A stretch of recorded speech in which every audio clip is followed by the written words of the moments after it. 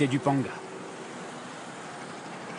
Une page d'histoire. Il y a 47 ans tout juste, l'homme qui avait porté l'honneur de la France en 1940, l'homme qui avait relancé la France en 1958, cet homme devenait un grand-père presque ordinaire. Le général de Gaulle se retirait à Colombey-les-Deux-Églises alors que Georges Pompidou s'installait à l'Élysée. Aujourd'hui, c'est son petit-fils Yves de Gaulle qui s'en souvient dans un livre. Il a vécu ce jour, ces jours où de Gaulle est redevenu un homme parmi les autres au soir de sa vie. Jeff Wittenberg, Vivien Roussel avec Yann Cadouche.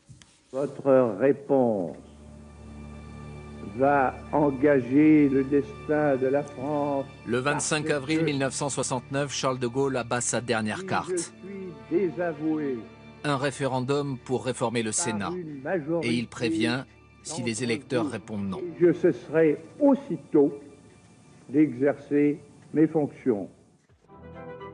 Nous allons vous raconter le jour où débuta la deuxième vie de Charles de Gaulle. L'intimité du fondateur de la Ve République. Le week-end du référendum perdu, le chef de l'État était venu le passer à Colombey-les-Deux-Églises, dans sa maison de la Boisserie.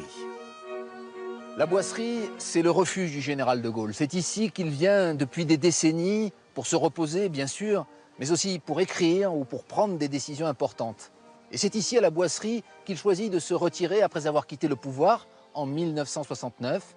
Ici, il redevient Charles de Gaulle, écrivain et grand-père.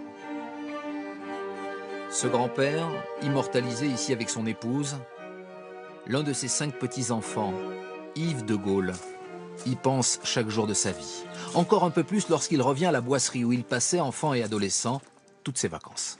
Ça n'était pas évidemment familier, c'est-à-dire que je ne m'asseyais pas sur ses genoux, je lui grattais pas le menton et je lui tapais pas sur le ventre. Et vous le vous voyez? Et je le vous voyais. Mais en même temps, je n'ai jamais eu, la moindre timidité et la moindre réserve à son encontre. Jamais. Il ne fallait pas rentrer dans son bureau sans y avoir été autorisé. Il fallait essayer de faire en sorte de ne pas raconter n'importe quoi. Je n'ai pas eu de souvenir de m'être fait engueuler par le général de Gaulle, mon grand-père. Ce n'était pas toujours facile d'avoir derrière soi un grand personnage qui vérifie et qui regarde que tout se passe bien. La famille de Gaulle à l'ombre du commandeur.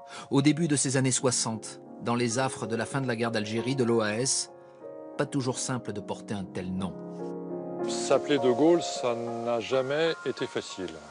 Mais vous vouliez défendre votre nom quand même? Bah tiens, bien entendu. Je me souviens m'être quand même beaucoup bagarré à Saint-Jean-de-Passy au moment des événements d'Algérie, bien sûr. La réflexion la plus fréquente depuis que je suis tout petit, c'était du genre, c'est pas parce que tu t'appelles de Gaulle qu'il faut te croire tout permis. Dans cette maison, il y avait un lieu particulier. Dans cette bibliothèque, une pièce centrale, ici à la Boisserie, on trouve plus de 2000 ouvrages. La littérature, c'est aussi ce qui unissait le grand-père à son petit-fils. 50 ans plus tard, Yves de Gaulle nous montre l'un des innombrables ouvrages reçus par son grand-père, signé Georges Pompidou. Le respect que je lui dois et l'affection que je lui porte. Georges Pompidou. Georges Pompidou. Et le R de mon grand-père à gauche, ça veut dire j'ai répondu. Dans la bibliothèque, on parlait littérature. À table, de Gaulle posait des questions à ses petits-enfants, en plein mai 68. L'une de ces questions qui revenait souvent, c'est « Mais au fond, vous les jeunes, qu'est-ce que vous voulez? Vous pensez quoi de ça ?» Le 9 novembre 1970, Charles de Gaulle s'écroule sur la table où il était en train de faire des réussites.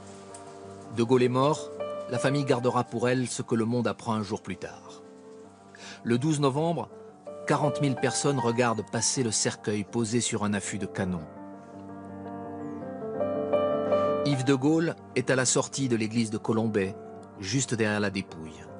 Il a 19 ans et il ne pense alors ni à l'histoire de France ni au gaullisme. Il pense à l'homme qu'il appelait simplement grand-père. Décrit.